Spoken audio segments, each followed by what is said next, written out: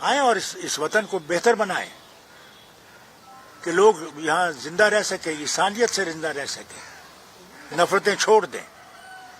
ہمارے ہندو بھائی آج بھی یہاں بیٹھے ہوئے ہیں. کب تک بیٹھیں گے؟ 34 سال ہو گئے, جبکہ اس وقت کے گورنر نے ان سے کہا تھا کہ ہم 2 مہینے میں آپ کو لے جائیں گے. خیر, وقت تو آ گیا ہے کہ انسانیت سے ہم رہیں. کب تک نفرت میں رہیں گے؟ میں حیران ہوں. ارے یار, مجھے ایک کتاب دکھاؤ آپ, وہ ہندوؤں کی ہو, مسلمانوں کی ہو, عیسائیوں کی ہو, بودھوں کی ہو, جس میں نفرت کی بات کہی ہو. ان سے بھی یہی کہتے ہیں کہ صاحب ہم نے ساروں نے دوستی میں رہنا ہے. اگر اس نے ہمیں الگ الگ بنایا ہوتا تو پھر ہمارے لیے دوائیاں بھی الگ الگ ہوتی. اگر مجھے سر میں درد ہے, سردار صاحب کو سر میں درد ہے, وہی دوائی تو کھائے گا یہ بھی اور میں بھی. تو انسان تو ہم ہیں, تو کب ہم انسان کی طرح رہنے کی کوشش کریں گے؟ یہ مسئلہ ہے.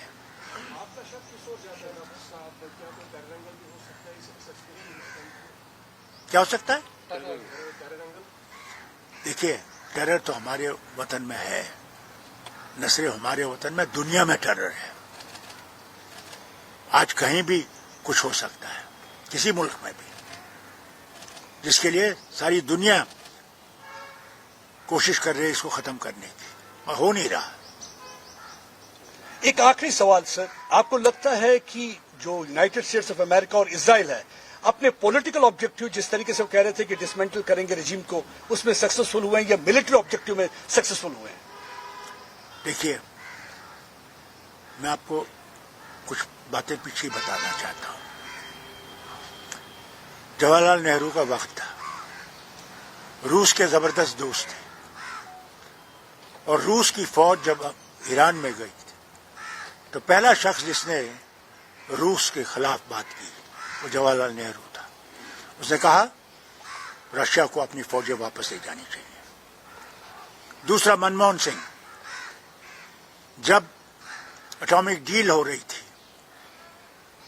تو منموہن سنگھ کو وہاں کے پریزیڈنٹ نے ٹیلی فون کیا کہ صاحب ہمیں آپ کا ووٹ چاہیے. ایک مسئلہ تھا جس پہ ان کی ووٹ کی ضرورت تھی, نہیں تو آپ کی جو نیوکلیر ڈیل ہے اس میں اڑچن پڑ جائے گی. منموہن سنگھ جی نے پتا کیا کہا؟ This is a sovereign nation. What is in interest of the sovereign nation, that decision we will take. That is what India is. So what tradition India is the- remains sovereign nation, and India should decide what is best for India. That is important. Thank you so much. God bless you. Thank you for your cooperation.